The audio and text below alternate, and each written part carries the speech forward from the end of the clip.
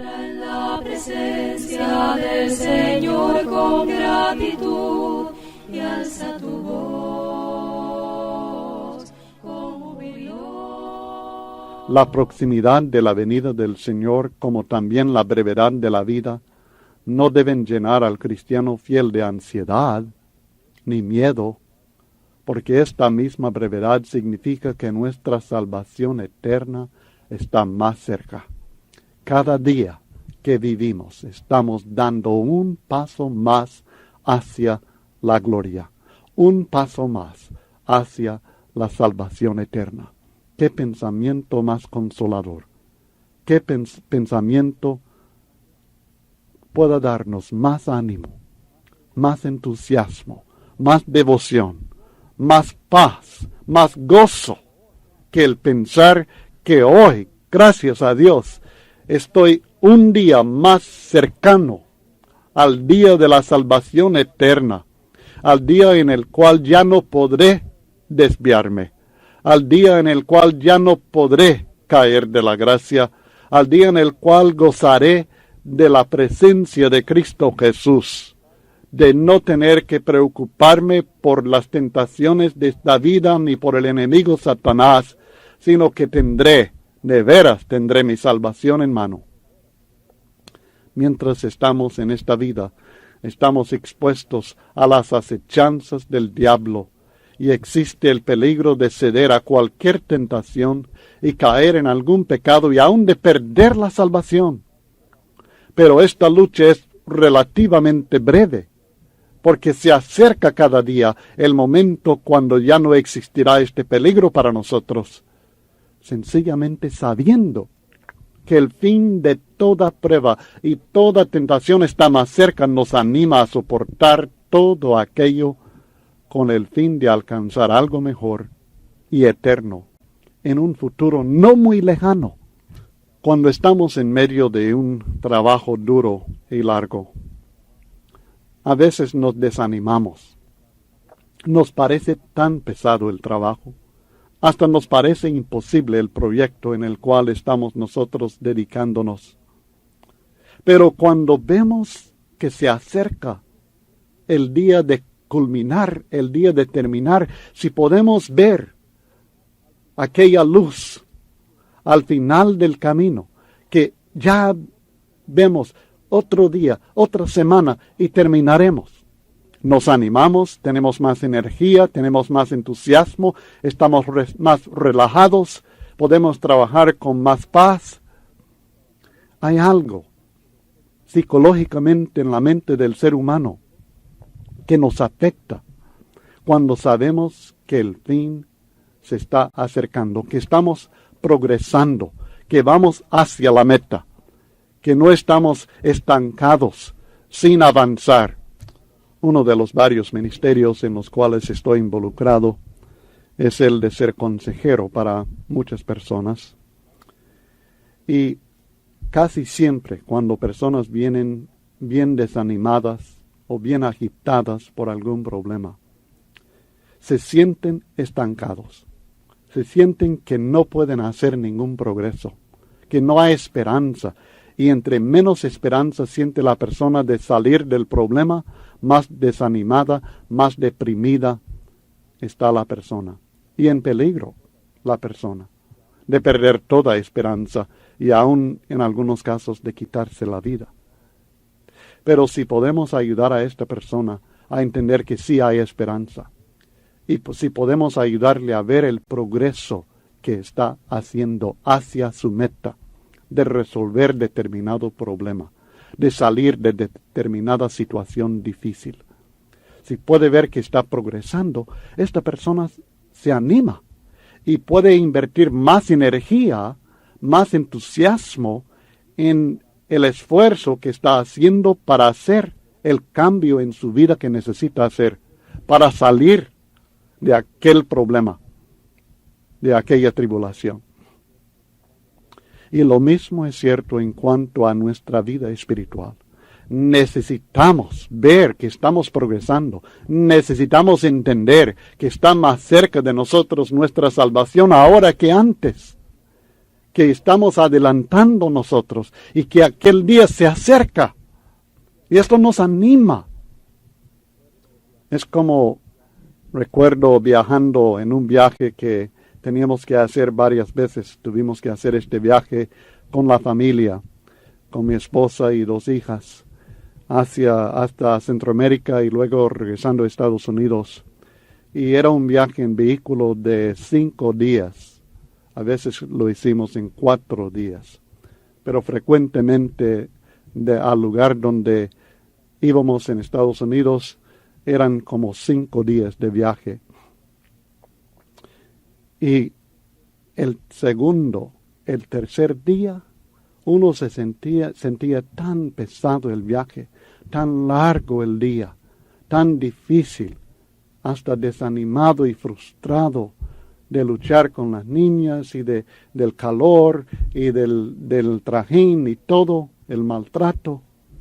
Pero ya llegando como al 4.º día, sabía uno que un día más y llegamos. Y se sentía más alivio, menos frustración, más paciencia, más paz, más tranquilidad, porque el día de la llegada se acercaba. Y así es también en cuanto al camino hacia la salvación. La venida de Cristo es algo que nosotros anhelamos y amamos. No es algo que tememos, amamos su venida. El premio es para aquellos que aman su venida, dice Pablo en 2 Timoteo capítulo 4 y el versículo 8. Dice Pablo en Romanos 8:23, y no solamente la creación está gimiendo, sino que también nosotros mismos que tenemos las primicias del Espíritu, nosotros también gemimos dentro de nosotros mismos, esperando, anhelando la adopción, la redención de nuestro cuerpo. La muerte del cristiano fiel no es una derrota, es una victoria. Es el día de nuestra salvación. Es el día de nuestra salvación. Yo entiendo que somos salvos ahora. Yo entiendo que ya tenemos la salvación. Pero también entiendo que podemos perder la salvación, que podemos caer de la gracia en esta vida. Pero cuando llegue el día de la muerte, ya no. Ese día no es día de derrota, sino de victoria. El día de la salvación. Es tiempo que nosotros reconozcamos esta victoria y que tengamos fe en ella. Yo entiendo que uno siempre siente cierto dolor cuando muere un ser querido. Pero el ser querido que es cristiano no ha perdido la batalla, ha ganado la batalla. Y esto es algo que frecuentemente decimos ahora nosotros cuando se muere un hermano o una hermana en Cristo que ha sido fiel a Dios. Decimos, bueno, el fulano de tal ganó. Nos ganó. Sí, ganó la victoria. No fue derrotado, sino victorioso. Y esto conociendo el tiempo, que es ya hora de levantarnos del sueño, porque ahora está más cerca de nosotros nuestra salvación que cuando creímos. Además, en el 12 dice, la noche está avanzada y se acerca el día. Comienza un contraste entre las tinieblas y la luz. Ahora, en muchos textos, las tinieblas y la noche tienen referencia a la maldad, mientras la luz y el día tienen referencia a la santidad. Y aunque el cristiano fiel no participa en las obras de las tinieblas, sigue viviendo en una época, el tiempo, que todavía se conoce como la noche. Y esta noche, esta época, este tiempo, está bien avanzada y se acerca a aquella época eterna y gloriosa que se conoce como el día. Se acerca el día, la noche está avanzada y se acerca el día. Cuando el cristiano fiel muere, pasa de la noche al día. Cuando Cristo viene, el cristiano fiel pasa de la noche al día. En ambos sentidos se acerca el día. Por tanto, desechemos pues las obras de las tinieblas. Desechemos señala un rechazo completo, tajante, de las prácticas y actitudes que caracterizan las tinieblas. Este mundo degenerado. La noche está avanzada.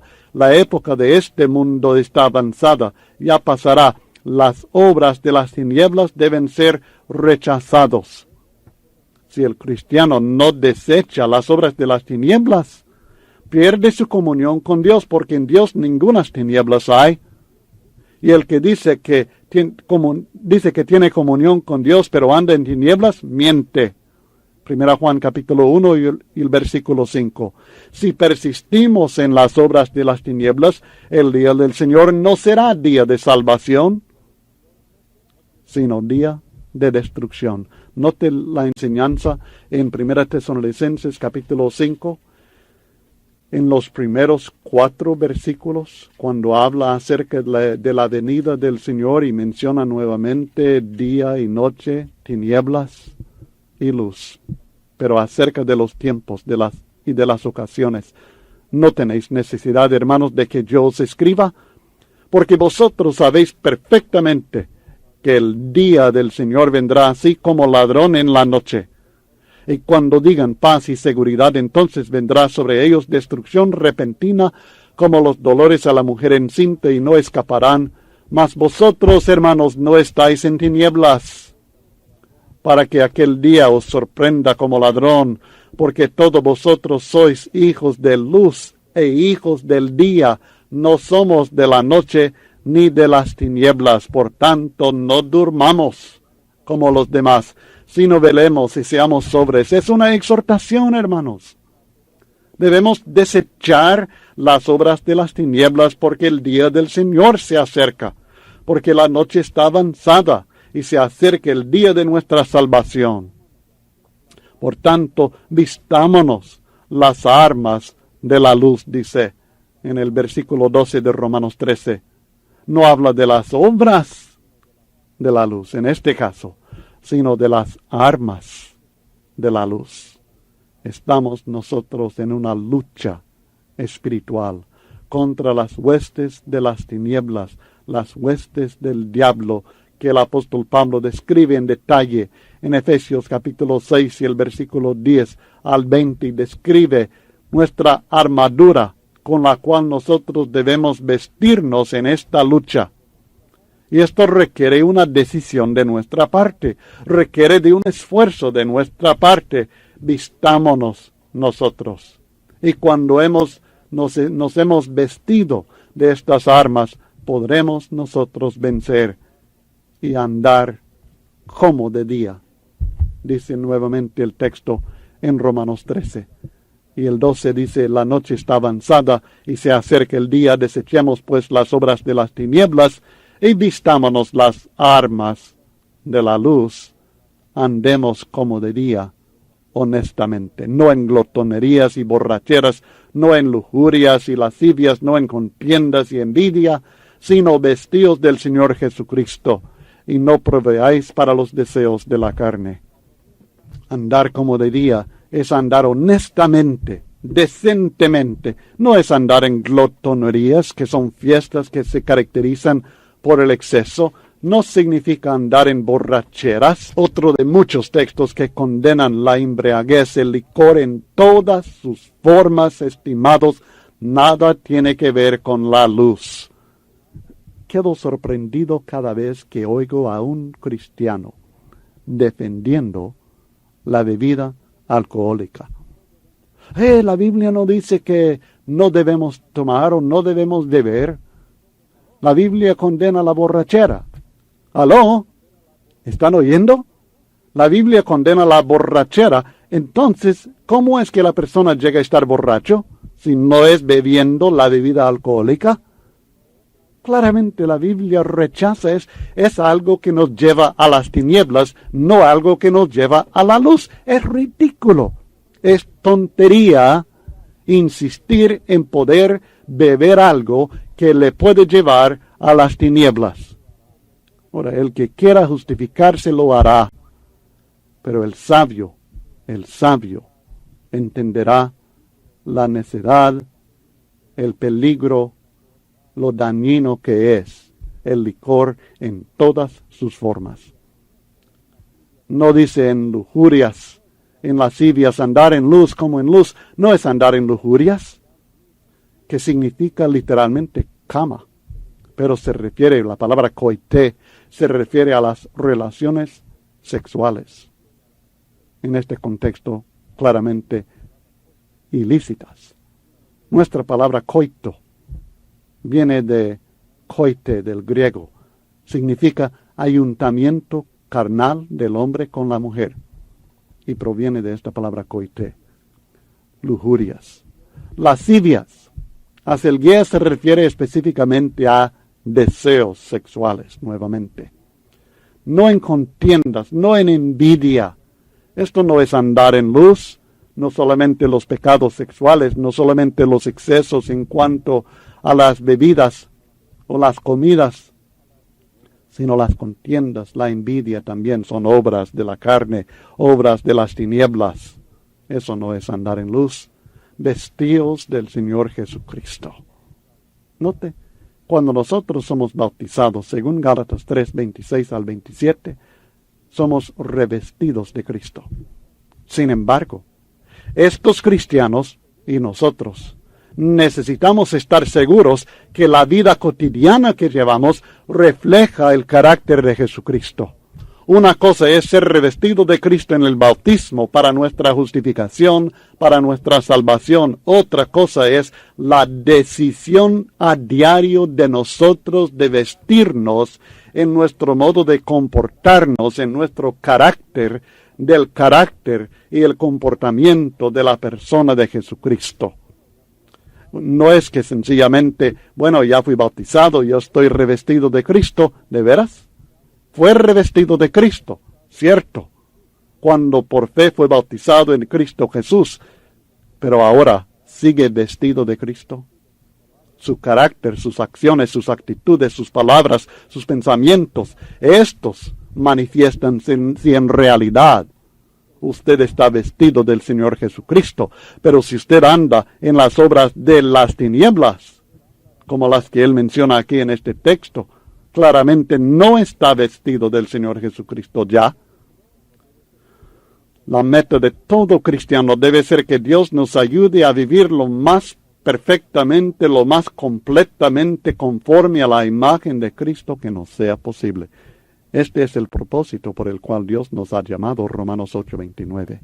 A esto nos predestinó Dios, que fuésemos hechos conformes a la imagen de su Hijo. Note la petición o el anhelo del apóstol Pablo para los Gálatas en Gálatas 4:19. Hijitos míos, por quienes vuelvo a sufrir dolores de parto, hasta que Cristo sea formado en vosotros. De esto está hablando aquí en Romanos 13. Que Cristo sea formado en nosotros. Que nosotros de veras reflejemos el carácter, las actitudes, las acciones y reacciones del Hijo de Dios, vestido de Él, en toda palabra, en el trato con la esposa, con el esposo, con los hijos, con los padres, con el jefe, con los empleados, con los compañeros de trabajo o de escuela, con mis hermanos y hermanas en la iglesia, con el prójimo, el vecino, con aquella persona que encuentro en el camino, vestido de Jesucristo. Esta es la meta que Dios tiene para cada uno de nosotros y que nosotros debemos tener para nosotros mismos. Somos del día, hermanos, no somos de la noche. Somos del Señor Jesucristo, no somos de la carne ya. Somos del Espíritu Santo de Dios. Y debemos nosotros vestirnos de esta forma, no proveyendo para los deseos de la carne, como dice el texto. Hay que recordar que los deseos de la carne se oponen a la voluntad de Dios. Por tanto, no debemos hacer ninguna provisión para el cumplimiento de estos deseos. La palabra aquí proveer, de no proveáis para los deseos de la carne, pronoia, proveer, significa pensar antes, hacer planes anticipados. En nuestros planes, en nuestra mente, no debemos tomar en cuenta lo que la carne desea, sino siempre lo que el Espíritu Santo desea. Porque, estimado hermano, conocemos el tiempo en el cual estamos viviendo. Es ya hora de levantarnos nosotros del sueño. Es tiempo que nosotros reconozcamos que ahora está más cerca de nosotros nuestra salvación. La noche está avanzada, se acerca el día. Desechemos estas obras de las tinieblas y vistámonos las armas de luz. Andemos como de día, vestidos de Cristo Jesús. Favor de contestar ahora la sección de preguntas número 23. Con el capítulo 14 y el versículo 1 empezamos una nueva porción de nuestro estudio acerca de la vida de aquellos que son justos por medio de la fe. Hemos estudiado diferentes relaciones o deberes con diferentes individuos o grupos de personas. Y en este capítulo y el capítulo 15 hasta el versículo 13, estamos estudiando el deber del cristiano con relación a los hermanos débiles. Y el deber fundamental del cristiano maduro con relación al hermano débil en la fe, en este texto, es recibirlo. La exhortación es recibíos los unos a los otros.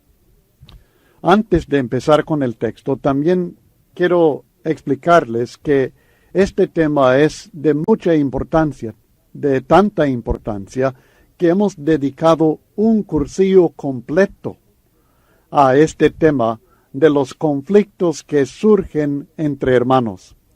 Este cursillo se titula Armonía Deliciosa.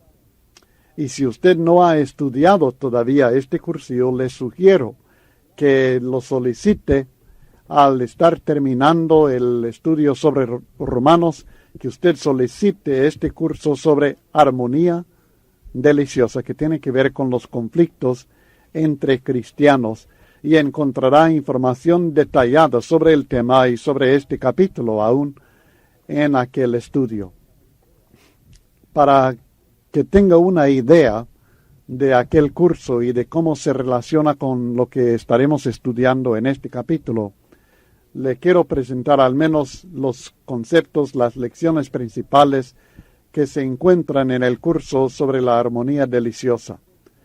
Primeramente tenemos dos lecciones que tienen que ver con las contiendas personales, es decir, contiendas que tienen que ver con ofensas personales, con actitudes carnales, con las diferencias de temperamentos entre hermanos, con problemas como el amor a la preeminencia, aquellos que siembran la discordia, diferentes áreas de conflicto personales y el problema del enojo que tenemos que confrontar.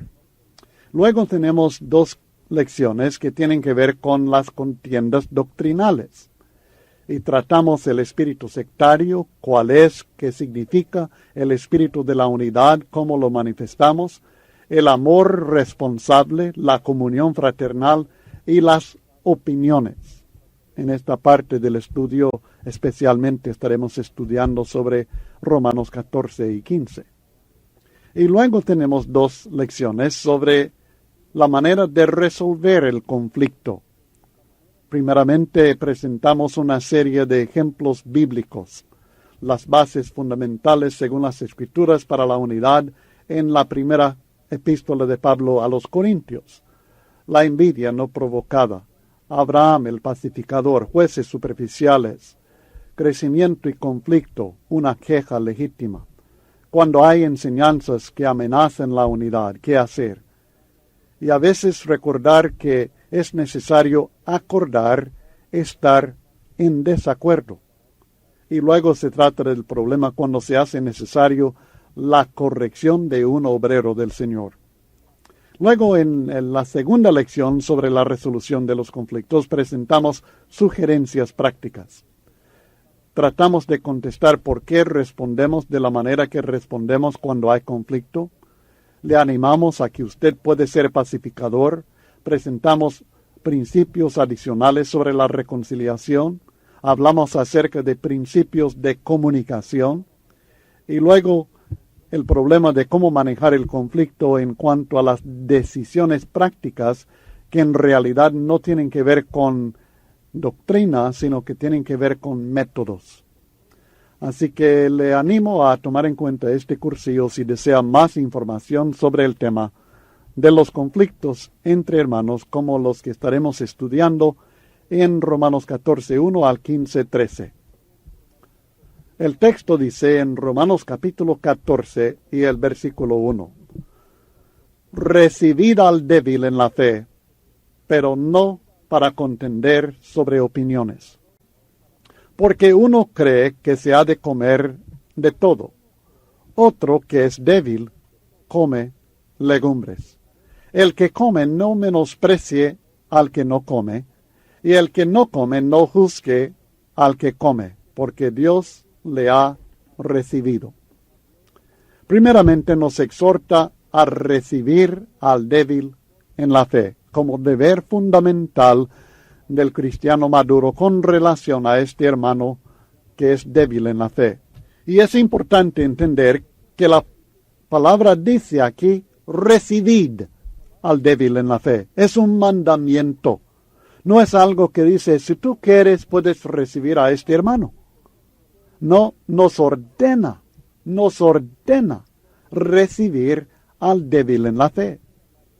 Ahora, en este texto, cuando menciona la debilidad en la fe, es importante saber que no se refiere a tener poca confianza en Dios. El débil en la fe no es una persona que no tiene mucha confianza en Dios. Además, el débil en la fe no es una persona que es desobediente. No se refiere a una fe desobediente o muerta. Es decir, la fe desobediente no es débil, es muerta. Se trata aquí de ser débil en la fe, es decir, en su entendimiento de ciertos aspectos prácticos de la enseñanza o doctrina del Señor. En Colosenses capítulo 1 y el versículo 23, tenemos un uso semejante de la frase la fe. Si en verdad, dice el texto, Colosenses 1:23, si en verdad permanecéis fundados y firmes en la fe, y sin moveros de la esperanza del Evangelio que habéis oído, el cual se predica en toda la creación que está debajo del cielo, del cual yo, Pablo, fui hecho ministro. Aquí no se trata de estar firme en cuanto a tener fe o confianza en Dios. No se trata de estar firme en cuanto a tener una fe obediente, sino que se trata de estar firme en la doctrina del Señor, en la enseñanza que hemos recibido. Encontramos lo mismo en la epístola del apóstol Pablo a Tito, en el capítulo 1 y el versículo 4, en la salutación, cuando dice a Tito, verdadero hijo en la común fe. Verdadero hijo en la común fe. No está hablando de que tenemos en común una confianza en Dios, sino que está hablando de la doctrina, la fe del Señor, en la cual nosotros estamos viviendo. Así que no enseña que debemos aceptar cambios fundamentales en la fe que fue una vez dada a los santos. Judas 3, otro texto que habla de la fe. Noten el texto, Judas versículo 3, porque es importante entender que la palabra o la frase la fe en la Biblia no siempre se refiere a la fe personal de uno, no siempre se refiere a que uno tenga mucha confianza en Dios, sino a la doctrina, la enseñanza. Amados, Judas 3, por la gran solicitud que tenía de escribiros acerca de nuestra común salvación, me ha sido necesario escribiros exhortándoos que contendáis ardientemente por la fe que ha sido una vez dada a los santos. Aquí la fe es algo que fue entregada a los santos y es algo por la cual debemos nosotros contender ardientemente. Claramente se refiere a la doctrina, el cuerpo de enseñanza o doctrina que hemos recibido del Señor. Y cuando aquí el apóstol Pablo en Romanos 14 nos dice que debemos recibir al débil en la fe, no nos está diciendo que debemos aceptar cambios fundamentales en la doctrina, o sea, en la fe. Judas 3 contradice tal concepto. Nos dice que no debemos aceptar cambios fundamentales en lo que los santos recibieron en aquel tiempo.